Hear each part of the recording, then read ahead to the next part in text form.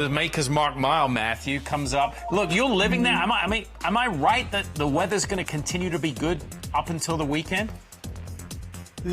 Tomorrow it's going to be cold. Okay. It is, and then it's going to warm up a little bit. I think Sunday's going to be beautiful. Saturday's going to be really nice. Dry? Tomorrow there's a 50% chance of rain, but I think we're going to be okay. I think the rain mainly is going to come just a little bit overnight, so I think we'll be okay. It's going to be cold tomorrow, but I think we'll be on the grass and we'll have a fast main track. And then Saturday and Sunday it keeps improving. So the weather overall is going to be good. And the one thing about Keeneland that there's so many things that I like, but one of the things I like is that in a lot of racetracks in this day and age, grade ones, when you handicap them, don't look like grade ones. They don't. Keeneland grade ones look like grade ones because the best horses in the country, which obviously those horses run in grade ones, they want to be in these races. So you go through this field. You have Integration, who nearly won the Pegasus Turf in his last turn, obviously a grade one. Fantastic again, who was super in defeat to Johannes in the Shoemaker at Santa Anita. And there is Fantastic. Again, hit 23.87, sold for just $60,000. I mean, $60,000 at the Keeneland November sale in 2020. So horses made $428,000.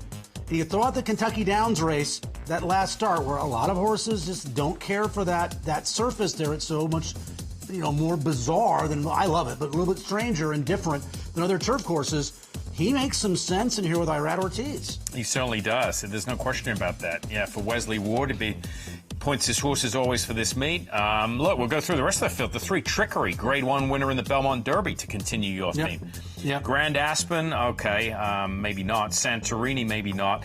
Carl Spackler, Turf Mile, Keeneland, last fall, grade 1 winner. Won the 4-star Dave. Grade 1. Yeah, I mean, it's legit. To your point, these are legitimate grade 1 races here at Keeneland. And here's a head-to-head between Integration and Carl Spackler. Frankie Dettori is going to be jumping aboard for Shug McGee. Carl Spackler, Flavian Pratt, Chad Brown. 5 for 11 record for Integration, 7 for 11 for Spackler. Stakes wins 4 and 6 respectively. The earnings roughly the same, $1.3 to $1.6 million. And there you have it, 5 races of 100-plus buyer for the Shug McGee runner and 4 for Carl Spackler. The Maker's Mark Mile coming up this weekend, Friday afternoon to be precise, $650,000 on the line. I'm looking forward to the Jenny Wiley and the Lexington.